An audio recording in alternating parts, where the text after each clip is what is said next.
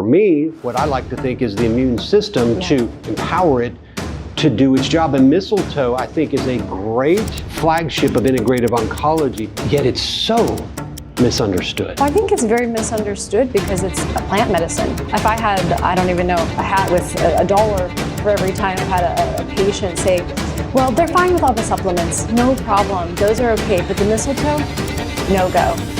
It's going to interfere with their cyclophosphamide, with the doxorubicin, with the radiation. I would love to share with any oncologist or anyone that's wanting to learn more about these therapies is that it's not just plant medicine. It's so much more powerful than that, and we have data to back it up. But I think it's because it's a plant. Who cares if it comes from plant medicine? Welcome to Prescribed by Dr. Nathan Goodyear, where integrative oncology meets holistic healing. This podcast is your home for the latest in innovation, exploration, and elevation in all areas of integrative oncology, medicine, health, wellness, and beyond. Join me and a host of other innovators as we go from practicing to prescribing. Your daily dose of wellness begins now. Mistletoe, it's not just Christmas magic, it's actually a targeted cancer therapy. I'm Dr. Nathan Goodyear, and this is the Prescribed by Dr. Nathan Goodyear podcast. And this is becoming an annual event where we're going to talk about mistletoe in this mistletoeing season. See, Andy Williams, in the most wonderful time of the year music, we were just listening to it as we were sitting up here in the studio. It's the most wonderful time of the year. There'll be much mistletoeing, and hearts will be glowing when loved ones are near. It's the most wonderful time of the year. Miranda LaBant, Dr. LaBant, I'm not sure what mistletoeing is, but we're going to be talking about mistletoeing as it relates to cancer therapy. Now, when you look at holidays, Christmas time, it's memory. Mm-hmm. And when you look at memory and music, they go hand in hand. They're interconnected. And it got me to thinking about memories that I've had with you and Andres, and many of them are wonderful and many of them not so good, but that didn't involve you two, it involved others. But all of them are just so, they're so wonderful. And what we want to do here today is talk about the science of mistletoe as it relates to 2025 and create memory and hopefully magic for patients out there with cancer in a way that's not just about Christmas time and the holidays, but actually one that they can take and apply it to their cancer journey. Mm-hmm. So, Dr. Miranda LaBant, thanks for joining me again. Yes, I'm so happy to be here. As you know, mistletoe therapy is one of my deserted island tools. If patients always ask, well, if you had your choice, what therapies would you use? And immunotherapy, mistletoe is a form of immunotherapy, but it has such a stigma in the medical world because immunotherapy is like targeted medications and it has so many bad side effects. But mistletoe, and as what we're going to unpack today and understand more about its mechanisms and its abilities to be used alongside other therapies, it packs a punch, right? And it is one of the, I think, most impressive tools that we have that used to be just understood as plant medicine, right? Yeah. And has evolved over the years as a true evidence-based therapy. But if I had one deserted island tool that I had to use, other than drinking coconut water, it would be mistletoe, right? Yeah, that's right. You think about, three therapeutics. This is where we as, geeks in integrative oncology say, what 3 therapies would you take to a desert island? You're probably going, what? None of those. I want a coconut. I want suntan lotion. Not really. And I want just some kind of nice little tropical drink, right? Right. So, but we're talking about therapeutics because we're always working to provide the best. And Dr. LaBant, there's no one answer to cancer. And I think this is where conventional medicine has gotten it so wrong because, and you look at it from the scientific process, the FDA approval process, they're only looking for one drug or one drug at a time, as if cancer is only doing one thing at a time. And it's really kind of laughable that we approach it that way, and we get shocked when the benefits of these one added therapies are minuscule, 4 weeks, 2 weeks survival. It's like, okay, that's great, but it doesn't really provide that broad increase of overall survival that's measured in years and decades that we want. And so, and you understand this, the way I approach things is that magic bullet theory of cancer causation and cancer treatment, it's defunct. Yeah. But what we must understand is that we can target and touch all of these points like the keys of a piano all at the same time to create beautiful music that works within, for me, what I like to think is the immune system to empower it to do its job. And Mistletoe, I think, is a great pivot point. It's a great flagship of integrative oncology. Yet it's so misunderstood. Yeah. Why do you think it is, from your perspective? Well, I think it's very misunderstood because it's a plant medicine. We don't have the data behind it. One of the, I think, most common tools, I think there are two things that happen when you approach a patient that's going through the standard of care and you're creating a treatment plan, well evidence-based, but it always gets shut down on the other side from the standard of care perspective, right? If I had, I don't even know, a hat with $1 for every time I've had a patient say, well, they're fine with all the supplements, no problem, those are okay, but the mistletoe, no go. It's going to interfere with their cyclophosphamide, with the doxorubicin, with the radiation, right? And we can unpack that, but I think because it's I think a little bit unknown in the standard of care world. And what I would love to share with any oncologist or anyone that's wanting to learn more about these therapies is that it's not just plant medicine. It's so much more powerful than that. And we have data to back it up. But I think it's because it's a plant, even though the majority of our medications, chemotherapy, all of our oral chemo or regular pills, 80% of them come from plant medicines. Yeah, who cares if it comes from plant medicine? And I mean, really, I find that as a means to kind of try to marginalize, and that's what you see a lot. I say this a lot, it's a battle for the narrative.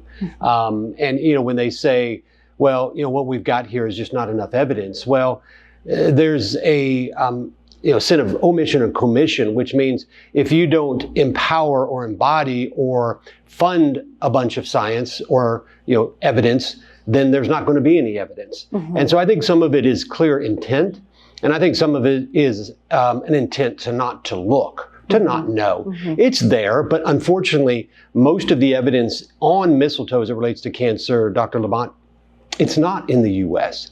It's outside the U.S. So what I wanted us to do today is kind of go down the geeky, rabbit hole that we like to do as it relates to the research, and talk about what publications on mistletoe have really hit our radars as it relates to cancer treatment in 2025. Sure. And I think there's no better place to start than looking at mistletoe. And I always look at ways to build bridges. Sure. With oncologists and conventional medicine, because I think the more we build bridges and build partnerships, I think the better we all help patients. Is to focus on the side effects, the quality of life, those impacts that mistletoe helps in conjunction with conventional oncology. Right. So I found this study from 2025, Duncan et al. Of course, check out the show notes. You'll find all the evidence there, the studies, the references, and you can read them yourselves.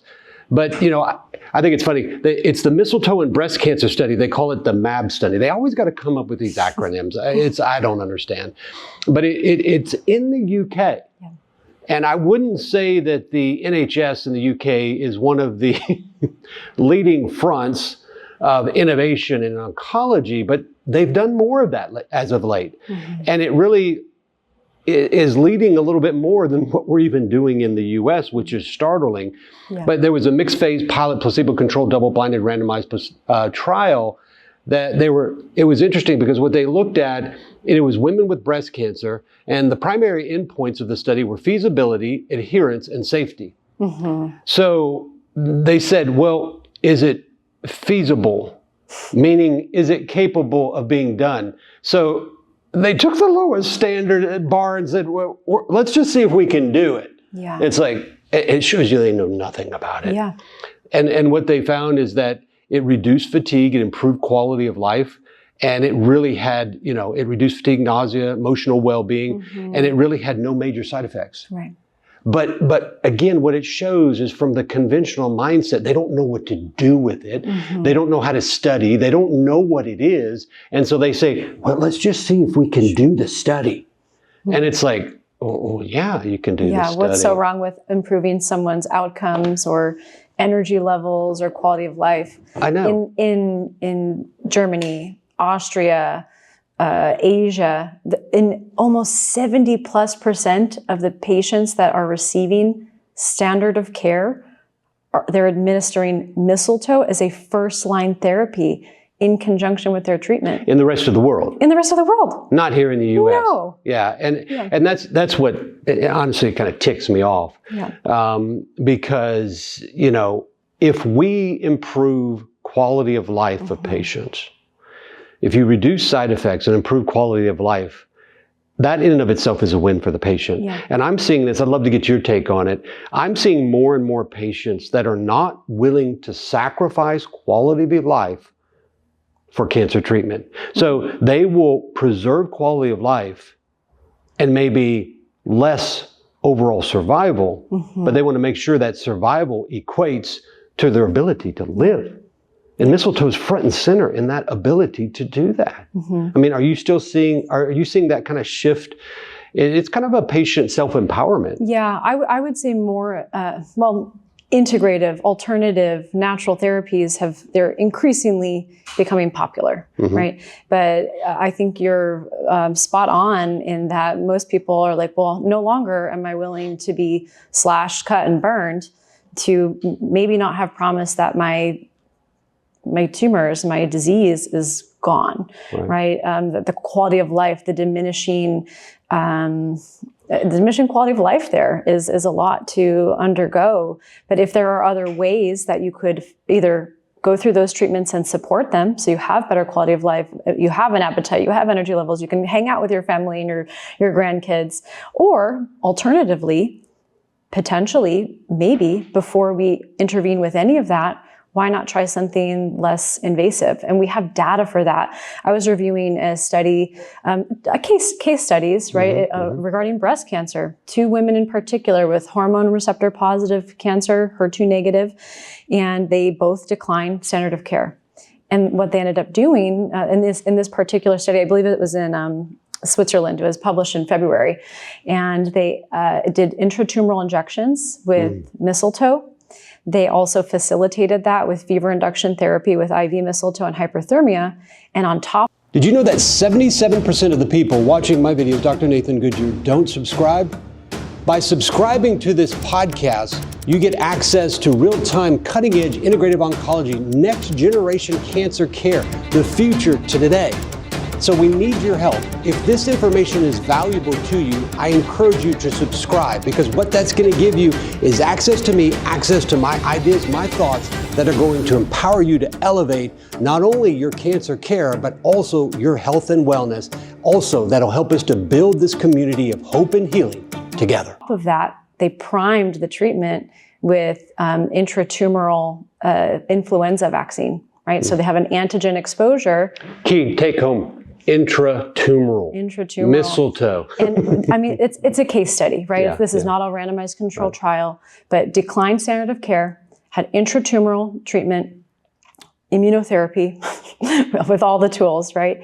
And 3 years later, right? So this was published, but this happened years ago. 3 years later, she's still no evidence of disease. That's impressive. What was her initial presentation stage? Was it stage 4? It was an early stage, right? So she didn't have systemic disease. However, in that same study, the second case, there was a patient who had recurrent disease, full-blown stage 4, right? Liver involvement, bone involvement, pretty significant burden in the lymph nodes as well. What they did was a very different treatment. They did 17 rounds of intratumoral mistletoe with the influenza vaccine as well, and then hyperthermia once per month. And they found that her disease burden cut in half and it was stabilized. So was it all gone? No, But that's also impressive, right? That's the only treatment intervention that she had. Well, when we look at cancer, everybody wants cancer and tumors gone yesterday. However, that's the win, the victory of the overall war. Mm-hmm. That's the declaration of peace because the enemy has been defeated. Mm-hmm. But that doesn't typically occur with one battle. Mm-hmm. And I hate to use that kind of metaphor of war, but people understand it as it relates to cancer because I think it's been so ingrained in us. Mm-hmm. But if we can build a quote unquote victory upon victory upon victory, where now we're seeing tumor burden reduced, which is critical, because if you have a large tumor burden, not much works right. And the immune system definitely doesn't work right. In many ways, Dr. LaBant, we work to reduce tumor burden, or sometimes patients come to us, they have massive tumor burden, and we have to reduce it to be able to engage the immune system because the burden is so dramatic that it suppresses the immune system. And it's interesting to me because I think I look at mistletoe as kind of one of those, again, it sits right on the pivot between the two therapeutic strategies, the conventional standard of care and more natural, holistic, and integrative. It's a bridge. Because patients, the reason why they undergo treatment with cancer, of course, is because they want to live. Mm-hmm. But the current standard has been, well, let's go through treatment.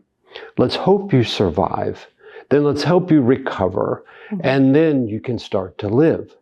And I think what the research, the quality of life measures as it relates to mistletoe, it shows, well, actually, if you add it, and what you're saying is alone or with immunotherapy, or add it with chemotherapy, mm-hmm. you can actually improve your ability to live today mm-hmm. and improve efficacy. So you don't have to wait. You can actually live today when you target the cancer. That's fascinating. I can't wait to read that article because, yes, it's a case study, and we always have to talk about the limitations of research, mm-hmm. but we can't ignore case studies because case studies get to the foundation of what science is, and it's observation. Mm-hmm. Now, the question there is, which is it? Mm-hmm. And what happens in medicine today is they go, what's this one therapy, that one therapy? And I think I've mentioned this to you before, is when patients go, well, I'm in remission, what therapy did it? And my answer is yes. And they go, what? It all did it. It's not one thing. And we are ingrained and taught to find the magic bullet. Right. And it doesn't exist. So that study we'll put in our show notes. Anything else interesting about that? Because I think that's pretty profound. Breast cancer, both? Both breast cancer, both estrogen receptor positive, HER2 negative. And I love that because it's early stage, mm-hmm. which women, ladies, that means that, I believe the future of lumpectomies and mastectomies for early stage disease are going to go by the wayside mm-hmm. very quickly, of course, because of what we're doing at the Williams Cancer Institute of biopsy and treat immediately.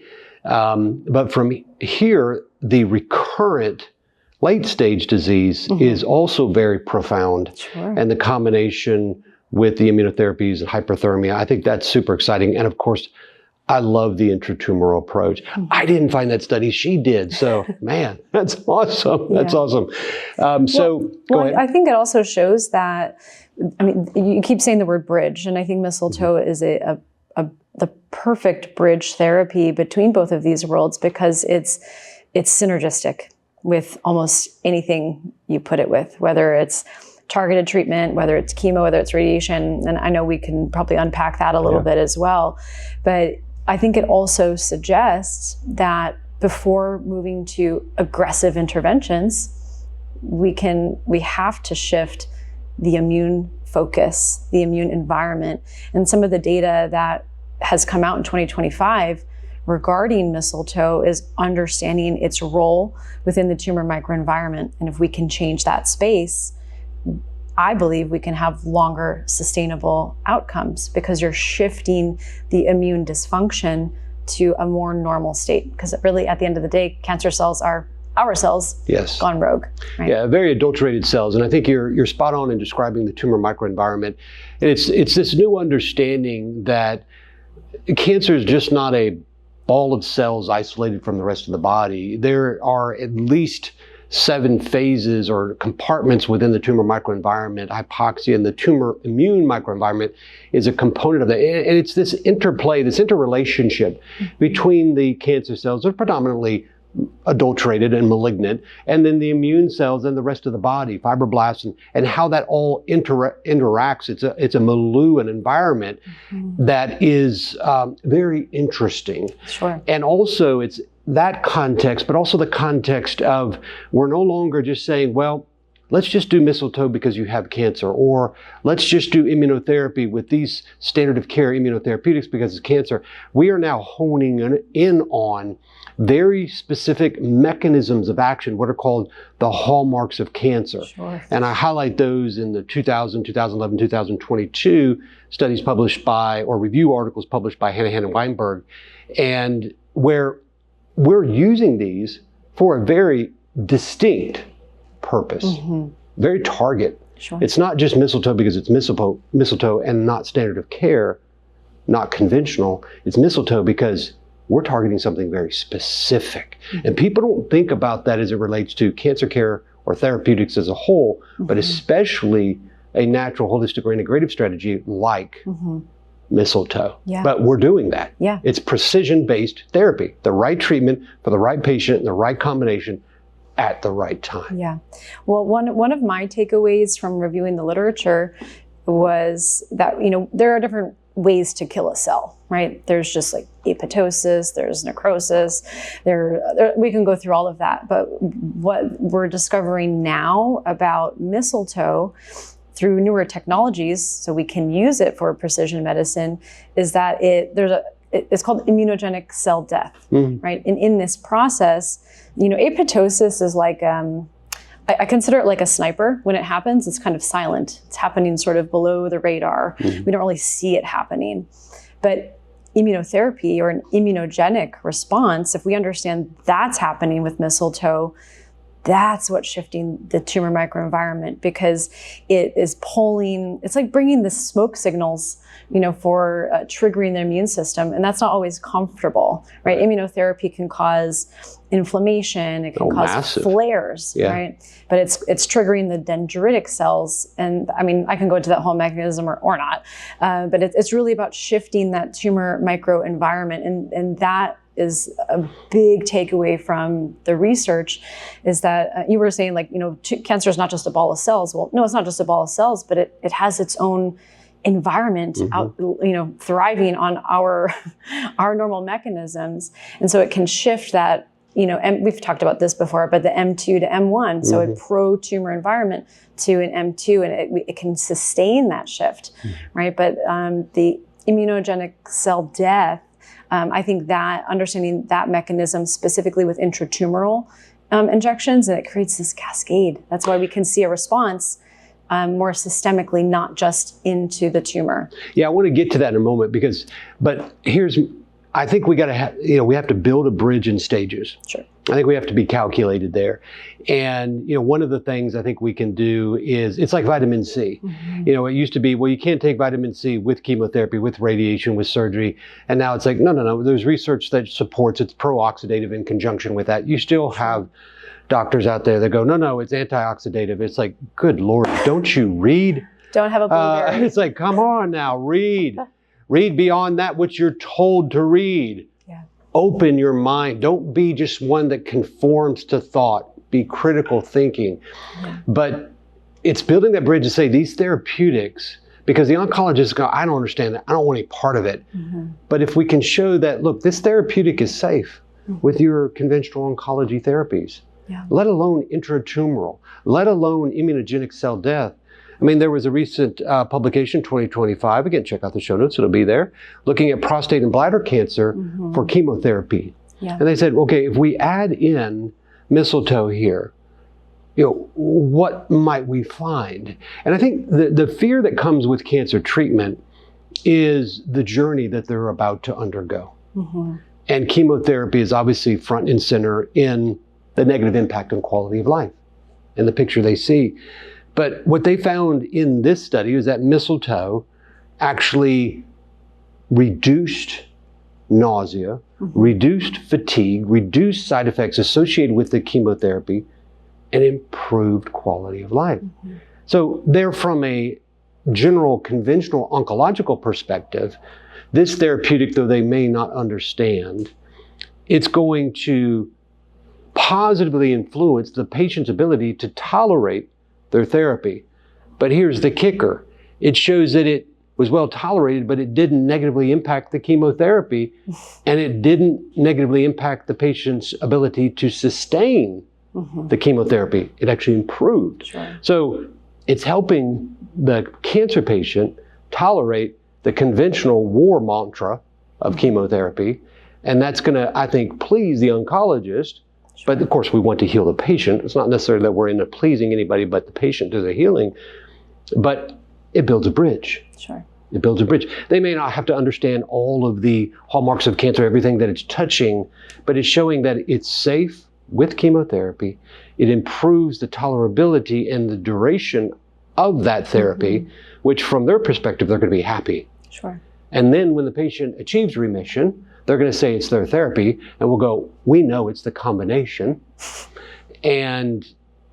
but they'll allow it to happen. So I think that can build that bridge, and then we can get into those deeper dives, which we'll do in just a moment. I mean, what's your thoughts on that? Because you come from that naturopathic world.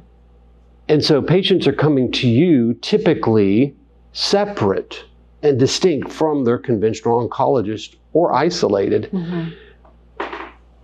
And I don't think patients need to hide what they're doing from the naturopathic perspective. Sure.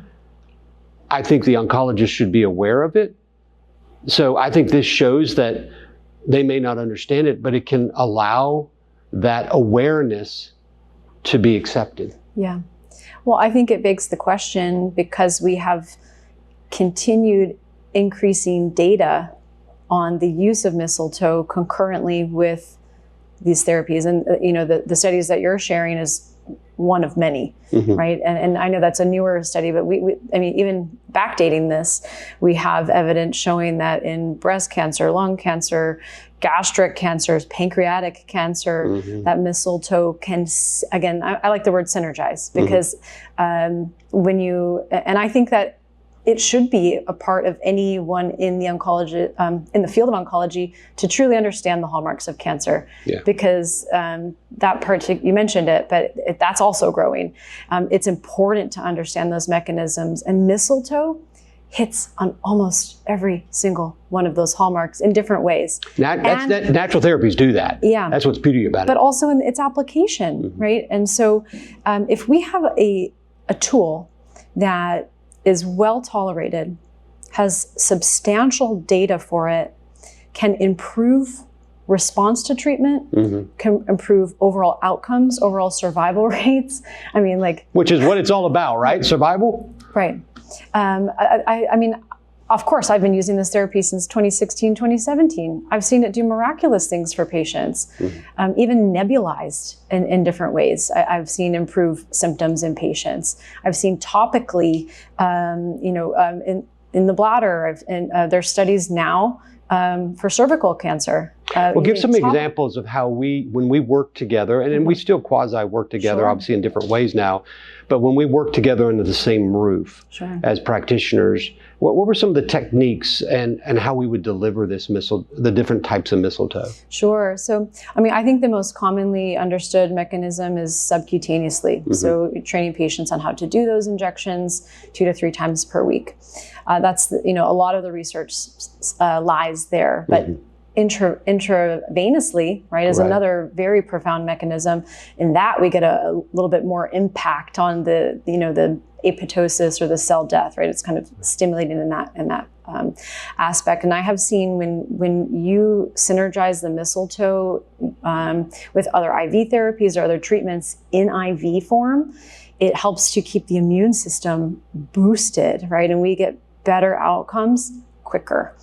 And we even instilled it into the bladder. I was about to get there. Yeah, bladder installations with it, and I can't go into this piece, but following up with patients from that time, still doing well to this day, specifically bladder cancer, recurrent. And one of the biggest, issues to overcome with intravesical cancers is that they like to recur very quickly. Yeah. And from a standard of care perspective, you go back in every 6-8 weeks and have the bladder scraped again. And what's that doing? Just creating more inflammation and more trauma. So we have infused mistletoe into the bladder. You're able to show patients how to do that on their own as well. So it's a great maintenance therapy.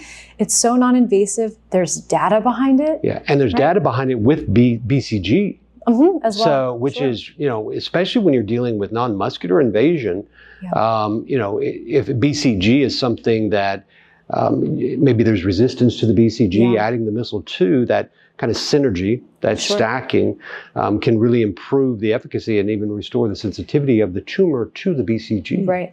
Yeah. One of the smaller studies that I was looking at recently was around cervical cancers and HPV. And, HPV, can spontaneously regress even if someone has abnormal PAP. It doesn't. 90% of them spontaneously regress. Right. That's what's crazy. But however, if they become more atypical, those cells in this study, what they were doing was applying 100 milligrams of topical mistletoe like once a week, and they started seeing complete response. And this was even on cells that had kind of morphed, had more of like a wart-like appearance. So we're already in a more atypia. So the dysplastic condition of a Pap smear. So were they doing this topical application? Because this is fascinating. This is obviously in my neck of the woods, via my origin. Were they doing this in place of a cold knife cone or freezing? It was just a Viscum Molly 10% cream, and they were just putting it in vaginally. They weren't even as close as they could to the cervix. Oh, so they weren't even applying it to the cervix. No, they weren't even painting it. It was just inserting. So she's spot on here. It's really interesting when you look at the HPV vaccine, and there was a recent study that came out from Australia. They're saying they're fixing to completely be the first country to eradicate, cervical cancer. And I was going, but then they followed up that sentence by saying, but we still have these, reports of cancer. Anyways, the point there was that when you look at HPV, again, 90% of these HPV viral types, 16, 18, 31, 33, et cetera, they will spontaneously regress. However, that regression can take 6 to 12 months. However, if they don't, then they do push towards that dysplastic condition. So yes, it's a prerequisite, it's a requirement for that to develop, but that doesn't mean that everybody that has an HPV always does or dysplastic. But what you're implying here is they can avoid some of that really kind of incredibly damage to the cervix, which obviously if you're young could compromise your ability to hold and maintain a pregnancy. You can just apply this not in the vagina, but I would say actually to the cervix and get a directed therapy to help eradicate in an expedited manner that virus that is going to contribute to that disease. That's awesome. Yeah, that's actually the first time I've heard of topical mistletoe in that sense, with more of a cream or a gel application. I wish it would have applied it to the cervix. That would have been awesome. Yeah, in naturopathic medicine, we learn what is called the escharotic treatment. I haven't applied that in a while, but it's a very caustic therapy where you basically paint the cervix with boswellia and some other caustic herbs, and it kind of degrades the HPV cells, but it burns. Right? And this, from what I was reading in the study, there's no side effects, right? And what type of mistletoe did they use? They use Viscum Molly 10% at 1 ml application. So I did the math. I'm not that great at mental math, but it's about 100 milligrams per dose. Okay, that's not bad. When we would give Viscum Molly IV, 100 milligrams is kind of a starting point. We would go much higher. I know safety studies have shown that up to 1,200, 1,600 milligrams is very safe with certain mistletoes. But not all mistletoes are created equally, right? That's so true. They have different components. And, we have the milestone study from Johns Hopkins that was started in 2021, published in a few years ago, 2023, establishing in that phase 1 trial the safety for, in the United States standards, right? Right. We've known about that before, but in the US, that's a breakthrough, understanding up to 600 milligrams 3 times per week, right? See, this is where Robert F. Kennedy, Secretary of Health and Human Services, you've got all this research in these other countries, and it shows it's safe and it shows it's effective, and yet somehow therapeutics know that they can only be effective in one country. And if they cross the border of the country, then guess what? There has to be regulatory capacity because it may not be effective. I mean, it's just, it boggles the mind about how in the regulatory capacity of medicine we think. Yeah. And it's so Stone Age. Yeah. It really is. Yeah. We have so much information, Dr. LaBant, at the tips of our finger, right here to scroll. And patients do as well. And when they go to their oncologist and they mention mistletoe, and the oncologist says, oh, there's no evidence behind that, the patient will very quickly know whether that oncologist knows anything about what they're talking about. Because I've always been amazed about how much they do know. Sure. Because it's right there. Yet the regulatory capacities of the governments here, particularly in the US, they squash innovation. Yet patients are resourceful. They will find the innovation on their own. And so what we need is, though we're still innovating in these ideas and bringing these therapeutics, which is what you and I both do, to patients, we equally need the benefits of the regulatory innovation to allow patients to get earlier access to these therapeutics. So hats off to RFK and what he's trying to do in HHS to improve that access. But he's undergoing and receiving a lot of obstacles. You know, you talked about immunogenic cell death. That's right up my alley. Obviously, immune system is, you know, what I believe we have to tap into, because surgery, chemotherapy, radiation, what I call the unholy trinity, they do great harm to the immune system. They wage war on the body, in turn wage war on the defenses, the immune system. But yet we can engage the immune system. That's why I love the intratumoral approach. And immunogenic cell death is basically this process by which you trigger the cell death of the cancer cells, but it activates the immune system. Not all cell death of cancer cells is immunogenic. And there's actually a very nice 2025 article looking at mistletoe and cancer therapy mechanistic review, and you again check out the show notes. And they're describing the mechanisms of action of how mistletoe, via review of other articles, is in fact immunogenic. And what I loved about it is people go, well, how do you know that? Well, there are particular markers in all of immunotherapy that we know are positive biomarkers of immunogenic cell death. Calreticulin exposure, ATP release, which are damage-associated molecular patterns.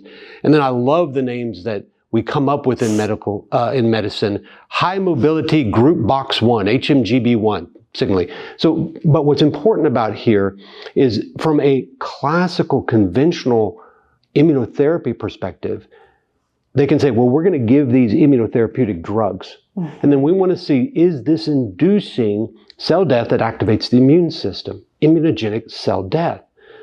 Because if we have cell death and we don't activate the immune system, we have missed an opportunity. But these three markers are biomarkers accepted in that arena as positive effects of immunogenic cell death. And so what they're doing is, and that's why I love this review, they're saying in the conventional, this is accepted. So we're going to bring this over here and show that mistletoe does the same thing. And in fact, these biomarkers of immunogenic cell death were increasing. Of course, this was a review, and so they were reviewing other articles. And that's the problem with this. It was in vitro and in vivo. It wasn't human. But the point is they're proving the concept that it is immunogenic cell death. That's awesome. I think it's a brilliant way that they crafted their argument there. Yeah. Well, and within that umbrella of understanding immunogenic cell death, I think what's more important is the conversation around cold tumors versus hot tumors. Oh, yeah. Right. And mistletoe, if we were applying that mechanism, which I think the data is pointing us towards, is that mistletoe has the ability, especially when it's combined with other therapies, to turn cold tumors hot. And what that really means is within that tumor microenvironment, there's certain interleukins and certain cytokines that are either causing tumor suppression, right? So that meaning that they're able to proliferate, right? Or having a more inflammatory environment. And so mistletoe can reverse that, right? And kind of shift that internal milieu within the cancer cells to that anti-tumor environment, shift it into that hot tumor environment where it's more responsive to treatment.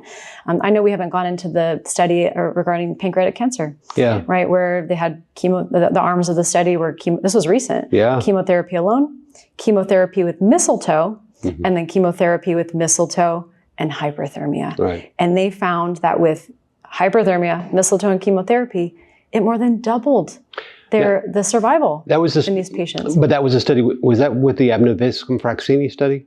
I believe so. Yeah. So again, another form of mistletoe, which it's one of my favorites, and it's become much more difficult to get in the U.S. You typically have to get it out of Germany, and it's so hats off to our Deutschland friends out there, because it's a very hot type of mistletoe, very aggressive, much more than the Helix or products that are widely available.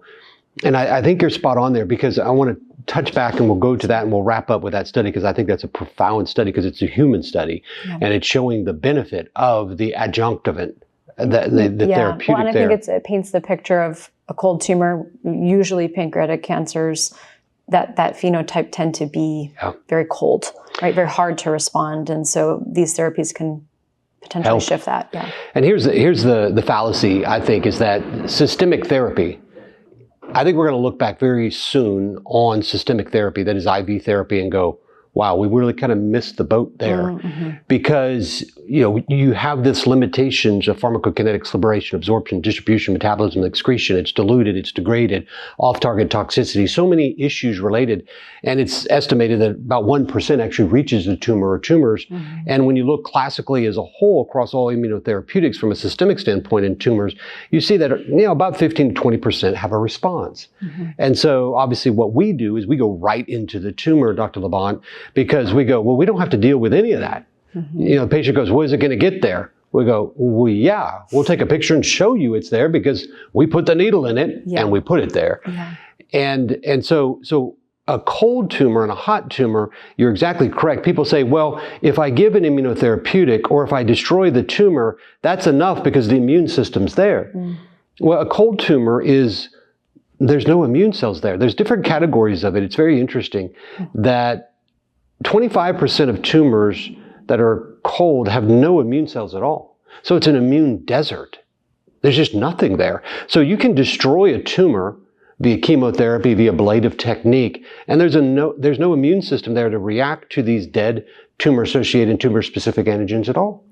And yet another 50%, so we're really looking at 25 to 75%, Dr. LaBant, of tumors are either immune desert or immune maladaptive, meaning the immune cells are there, but they're just not doing their job. And part of that is the environment of the cancer, and it's favoring a pro-tumor immune environment. So in essence, what we're doing with therapeutics and what mistletoe is doing here, and you are correct, that study is pointing towards, and this review article I was just mentioning, again, check out the show notes, they'll be there. They're pointing towards the ability to take an immune desert, an immune maladaptive that is favoring the tumor, and turning that into an anti-tumor immune environment that is a hot tumor. That is now the ability to engage the immune system, train the immune system, harness the power of the immune system, and say, go sick it.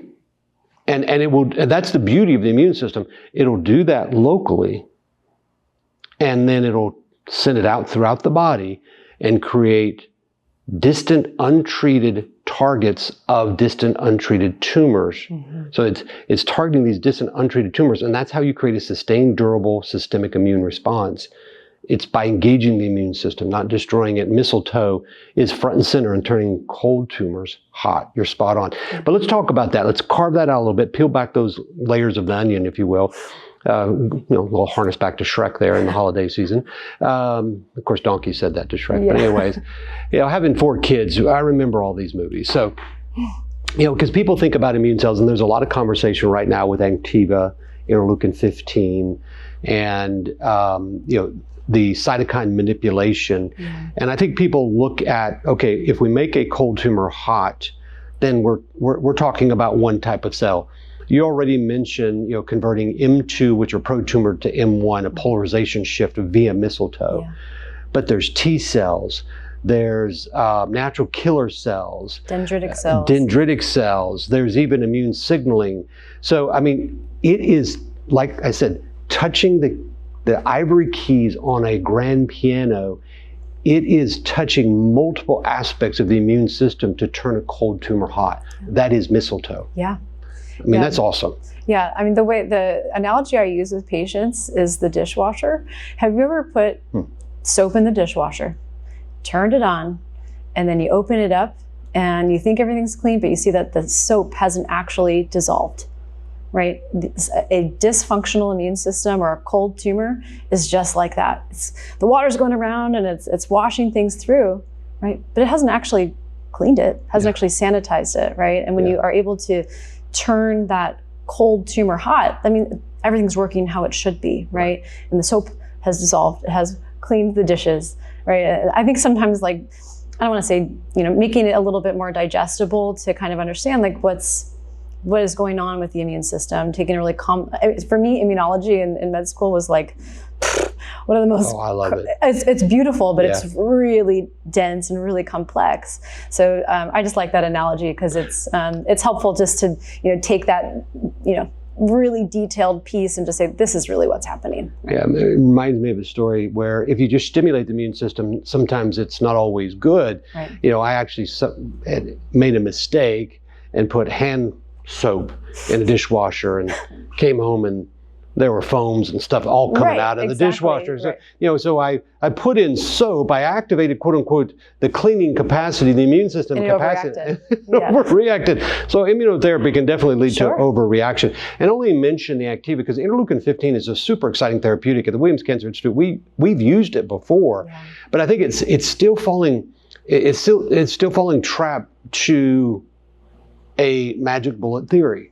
It's saying, okay, well, chemo didn't work, systemic immunotherapy didn't work, let me use interleukin-15. Now, I'm a big fan of Dr. Schoon, and I'm a big fan of interleukin-15. However, I don't think we can look at it in a single isolated perspective. I would wonder what it would look like if we used interleukin-15 systemically. Of course, we would inject it into the tumor, and then we combined it with the dendritic cell activation and recruitment of mistletoe, the T cell activation, infiltration, and recruitment of NK cells. We have a shift from T regulating cells to T effector cells. We have a reduction in interleukin-10, reduction in transforming growth factor beta, a shift of M2 to M1, as you said. Wow, what might we get if we just brought that kind of multiple touch points to the ivory keys of mistletoe with something like interleukin-15 given IV and given intratumorally? I bet we'd get even better results. Yeah. I bet we get even better results. Yeah. So Dr. Schoon, you should add that in. Yeah, that mistletoe can be applied in so many ways. And I think we're seeing even more studies now, not just as a single use, right? Whereas, the study I mentioned earlier regarding the intratumoral breast cancer, they were also using intravenous mistletoe with the hyperthermia to stimulate that immunogenic kind of fever response, right? Well, and we presented an update to our SYNC-T study, which is metastatic castration-resistant prostate cancer with intratumoral cryoablation and intratumoral therapeutics that we were using there. And that's via Synchromune. So check that out, synchromune.com, synct.com. But at the ASCO, which is the largest gathering of clinical oncologists in the world, that was a unique experience for me. I reached out to my good friend Naisha, and I said, Naisha, I don't know if I need to repent, shower, or just detox, but it was a little bit out of my element there. And she said, you just need all three. Yeah. So shout out at Naisha Winters. But the point there was the engagement, and I really did enjoy that because they were talking about hot, cold tumors, immunotherapy, gut microbiome. They just didn't know what to do with it. But I don't believe they went there on their own. I believe patients are forcing conventional oncology, that world, to think more holistically, because patients are not going to sit there and now not just accept what they say. They are going to listen to what they say, digest it, and then form their own opinion. And so I think this empowerment this era that we're in of precision cancer care, it's actually a patient empowerment phase. And I think it's much needed and much restored. So I see big organizations like that from the conventional standpoint actually opening up to ideas that come out of the natural, holistic, and integrative world. And of course, they present them as, look at what we discovered. It's like, whatever. Okay, that's fine. Just welcome to the party. Welcome to the party. We'll let you take credit for the ideas, but we'll keep directing you how and where to go with it. Right. So let's talk about that pancreatic cancer study, because you know, pancreatic cancer is one of the most debilitating diseases of cancer. There's no good type of cancer, Dr. LaBant, you know this. Sure. Patients don't go, oh, I got the good cancer. I got the early stage good cancer. And most of the pancreatic cancer study patients in this study were early, phase 1, phase 2, which is interesting because most are late stage when diagnosed. But from a quality of life perspective, that is prior to treatment or with treatment, that disease tends to be one of the most debilitating. The treatment only doubles down on that. And the 5-year survival is abysmal with pancreatic cancer. And they typically undergo a pancreatic duodenectomy, which is a Whipple procedure, which is a brutal surgery, followed with chemotherapy, which tends to be very high dose and brutal. And these patients just have a rough life after diagnosis. And this therapeutic, this study here, really, they did the Whipple procedure, but then what they did is they came in with amiviscum fraxini immediately after. And then they carried it through when we may be talking about 2 studies, Dr. LaBant. I think we are, because the one I'm talking about here, and they'll both be in the show notes, was they still did adjuvant chemotherapy. And it was stage 1, stage 2, but they did amiviscum fraxini, and then they actually followed it from immediate post-op through adjuvant. And it improved overall survival in the arm that received the Whipple and the Mistletoe with the conventional adjuvant chemotherapy. That shows you right there, if you want to maintain quality of life, because it did, if you want to improve overall survival, which it did, Mistletoe, here we're talking about pancreatic cancer, needs to be a part of your therapeutic strategy. You're talking about a totally different study that's really just looking at it, just like dawned on me that we're talking about 2 different studies. Yeah, a three-armed study. So pancreatic cancer, the 3 arms were chemotherapy alone, chemotherapy with Mistletoe, and chemotherapy with Mistletoe, IV Mistletoe, and hyperthermia. Do you know what kind of hyperthermia? Was it local hyperthermia? Whole body, yeah. Oh, it was whole body. Yeah. Wow. Yeah, and so they doubled the survival rates within that study by using Mistletoe, chemotherapy, and hyperthermia. So this is not in vitro petri dish. This is not some in vivo animal study. These are actually real people, real humans undergoing real therapy, using Mistletoe as a synergistic adjunctive therapy to improve the ultimate outcome, survival. Yeah. That right there shows you it questions to me, what's the opposition? Why the opposition? It can't just come down to that it's a phytotherapy. It just can't. Because if it does, that is so elementary in an opposition to it. Is it a lack of understanding, and maybe we've not done a good enough job to educate on it, or what? I think clinically, when you are trained a certain way or in practice, and are using specific data and research to, I guess, apply these protocols, you're used to it, and it's kind of maybe too profound to think that there could be some other tools in the toolkit to use. Right. I also think that our institutions and our, I'll go on the limb here, our current medical system doesn't really allow for innovation very much, even though we say it does, and we have all this research.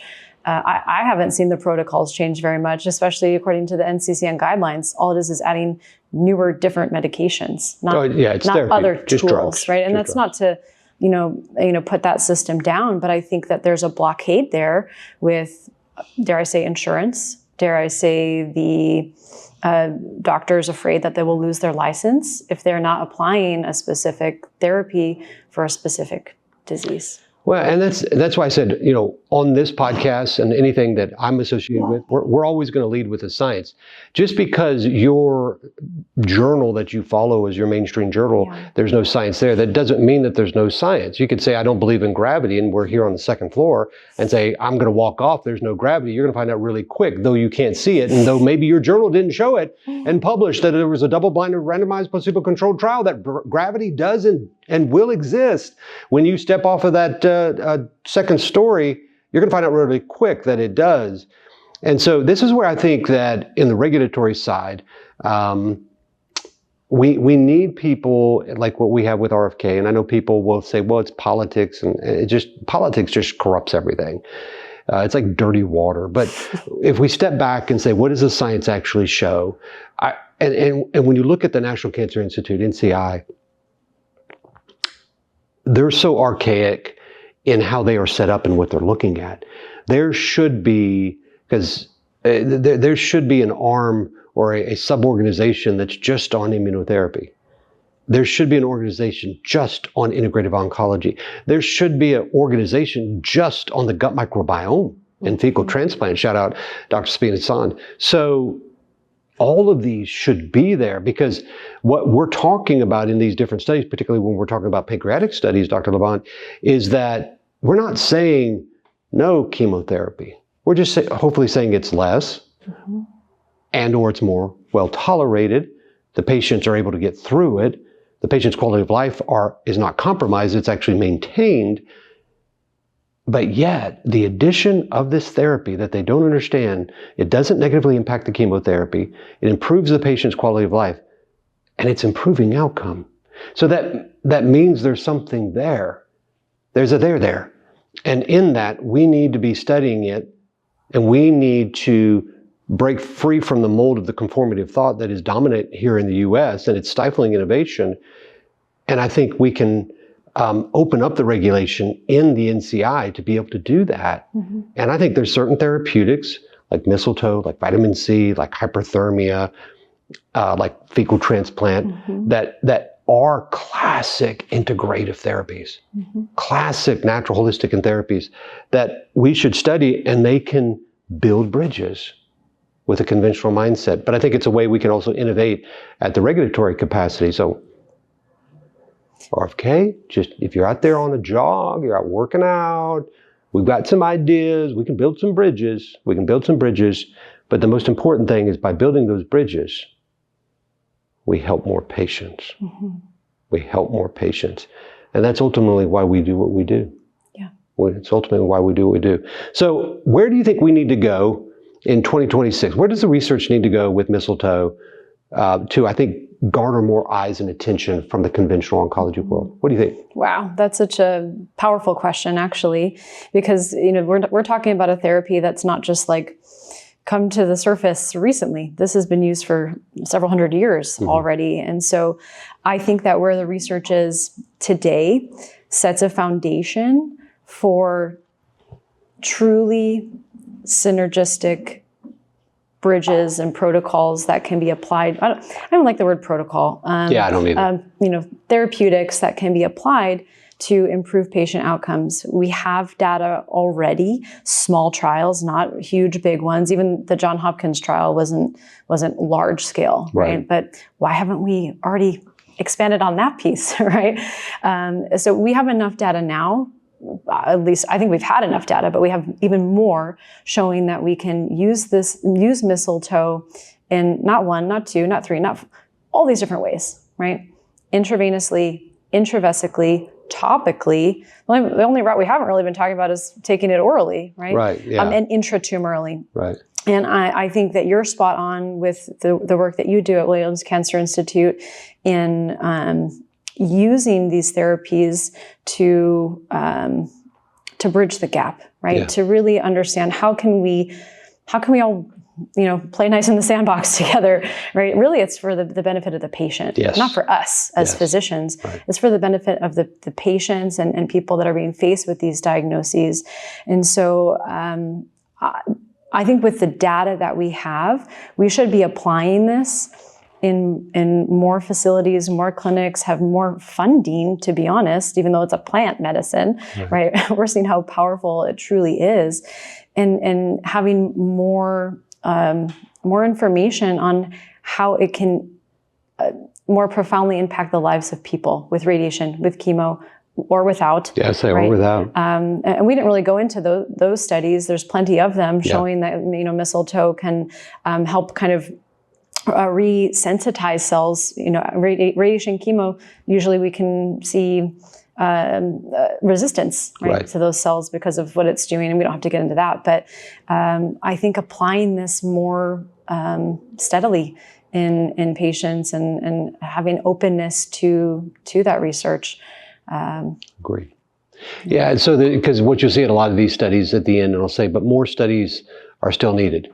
More evidence still needed. Now, there's truth to that, but at the same time, that is a little bit of a cop-out, because we do need more human studies. Yeah. But I don't think just because it's not a multi-center, countrywide study of 20,000 patients, that doesn't mean a small study of 50 patients at one institution can't be something that can have a launching pad for more widely acceptance in therapeutic strategies. So I think we do need more human studies.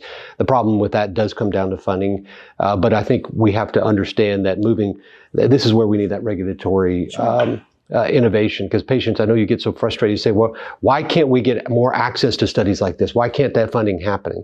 Well, the process is set up to keep it out. I mean, that's basically what it is right now. And we need to, might I say, modernize the thought process at those institutions so that can parallel the modernization of thought process in therapeutics in cancer treatment. Novel concept, the regulation, meet the innovation of the therapy that we're seeing that's found in the science. So Dr. LaBant, I always love bringing you on. Again, harkens me back to all those positive memories. And again, the negative had nothing to do with you or I, and we both can laugh about that. Sure. But look at where we are in our own way, helping patients in a very unique and healing way. And it's always good to bring you back on. Where can our followers, our listeners, where can they find more about Dr. Miranda LaBant? Yeah, absolutely. I will be starting a podcast soon, so more on that. But you can find more information at drmirandalabant.com or on Instagram at Dr. LaBant. And of course, this is the Prescribed by Dr. Nathan Goodyear podcast. We really need your help, so please subscribe to the Prescribed podcast. And of course, our biggest social media site is dr.goodyear. That's Instagram, but we're growing on X and other spaces. But I encourage you to subscribe to this podcast and download our free online book on Mistletoe. We published it last year. We'll be providing updates to that. And we're always going to bring you the evidence in many different platforms that you can digest it and empower yourself and lead your own healthcare. So check out that free online book on Mistletoe. This is Dr. Nathan Goodyear. Merry Christmas. Happy New Year. This is the Prescribed by Dr. Nathan Goodyear podcast, Mistletoe series, Take 2, 2025. Thanks for joining us on this episode of the Prescribed podcast. All references supporting this episode can be found on the prescribed.com website. That's pre-scribe.com. To get your next dose of medical innovation, make sure you subscribe to Prescribed. We'll see you for your next refill.